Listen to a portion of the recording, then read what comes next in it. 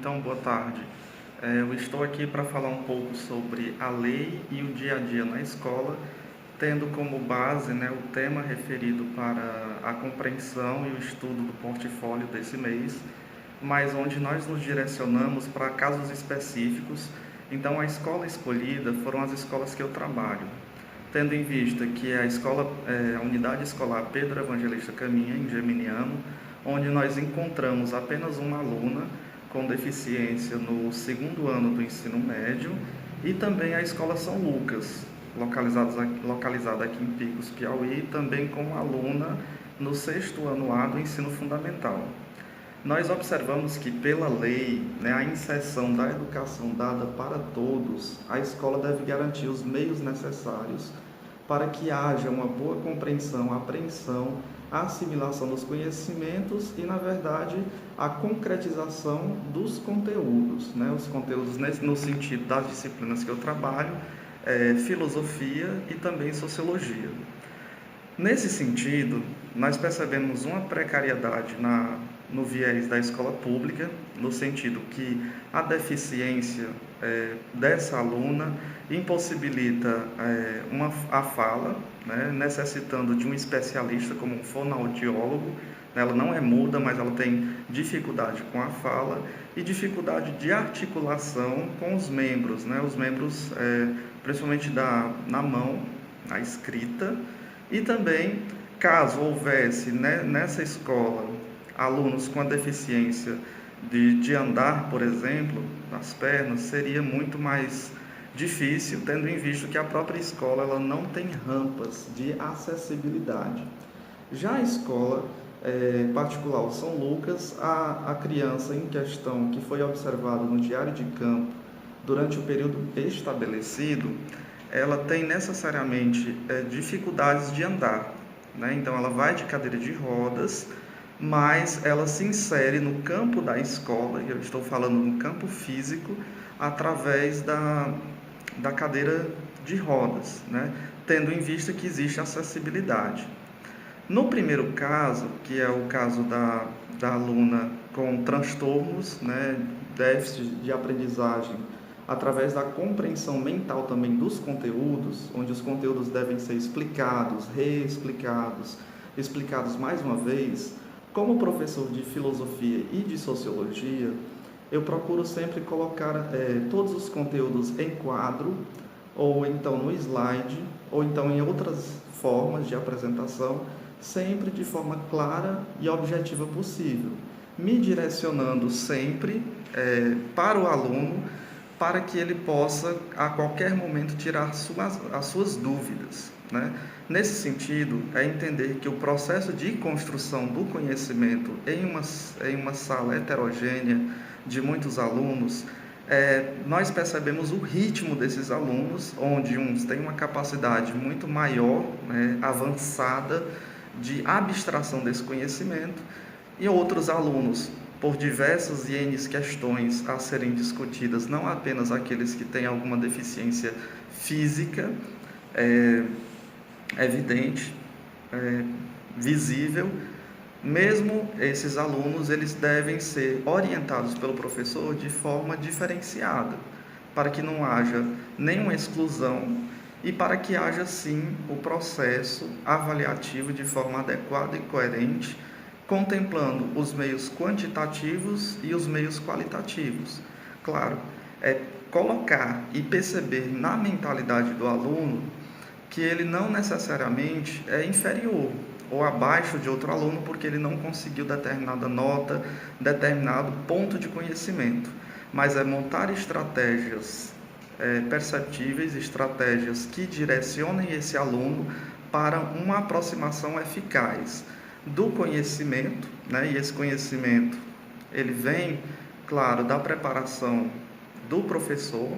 na universidade, vem da preparação também de um conhecimento estabelecido pelos livros didáticos. O livro didático ele tem essa função de melhorar os caminhos para a chegada e a tomada desse conhecimento, mas na verdade nós percebemos outras nuances, dentre elas a pouca preparação, ou a preparação ainda não devida para que os alunos universitários possam trabalhar com esses alunos futuramente, né? Muitas vezes, em determinadas situações X ou Y,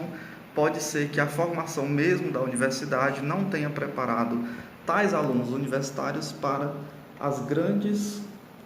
diversidades, conflitos que ele possa encontrar na escola. Então, ao perceber essas duas realidades distintas, faz parte do professor, né, como aquele que ainda está conhecendo, se apropriando também do conhecimento. O professor não é esse detentor divino, né, o mestre dos mestres do conhecimento, mas ele também é aquele que deve, né, ainda mais na área das ciências humanas, que fala-se tanto de humanidade, no campo da sociologia, trazer, estabelecer, formar novos métodos, meios, caminhos para que o conhecimento do aluno possa ser atingido, né? Então, na realidade do aluno que sofre a paralisia, como na Escola São Lucas, é necessário, por exemplo, evidenciar, se houver alguma discriminação por parte dos colegas, alunos, ou então de professores ou de outras pessoas, é necessário evidenciar o sujeito humano como participante da construção do conhecimento. Então, não se pode ter exclusão, mas sim uma inclusão, mostrando a esse aluno que esse aluno faz parte da sociedade e ele tem a sua importância social como ser humano, tal qual como professor e como os demais alunos. Já na escola pública,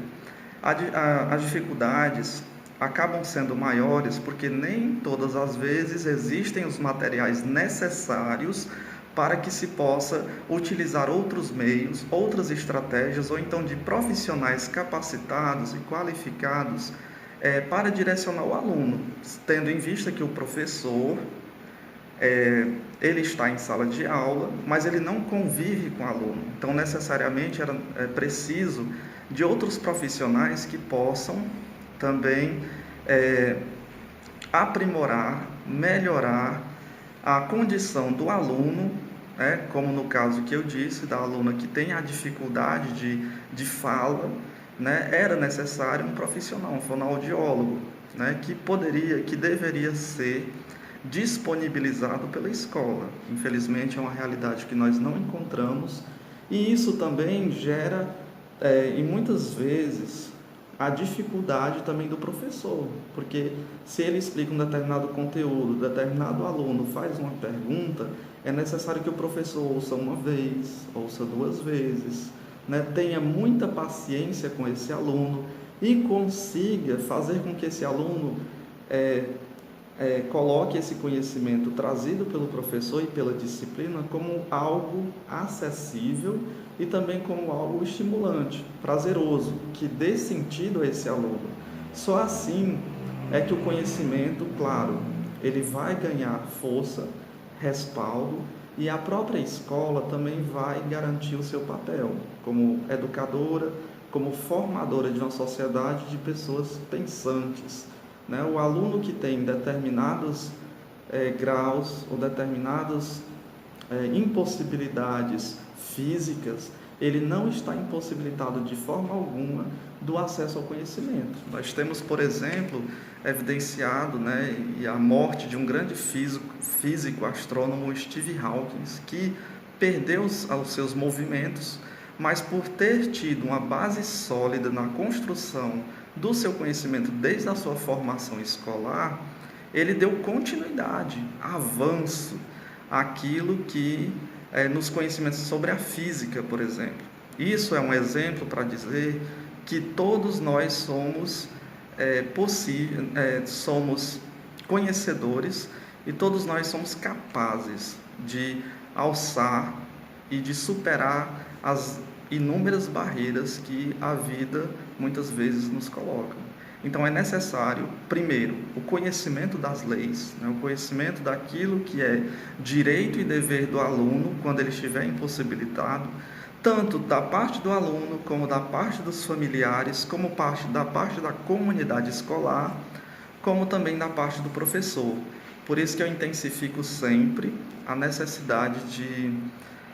o professor, no seu processo formativo, né, na instituição que ele está inserido como formando, se apropriar, se beneficiar e ler, né, através da leitura e do conhecimento dessas leis, procurando sempre uma aplicabilidade sobre estas. Então, meu diário de campo ele permeou por essas duas escolas, né, procurando entender esse processo desses dois alunos, né, que eu encontro na minha realidade cotidiana, na cidade de Geminiano, Piauí, e na cidade de Picos, Piauí. Então, essa foi um pouco da minha breve apresentação sobre o portfólio. Infelizmente, eu não posso estar presente, tendo em vista essa vitória, mas uma vitória aguerrida de uma luta constante, semanal, por causa do mestrado profissional em Sociologia. Então, por isso que eu não estou presente, mas estou aqui dando a minha contribuição a partir da realidade da qual eu vivo nessas duas escolas.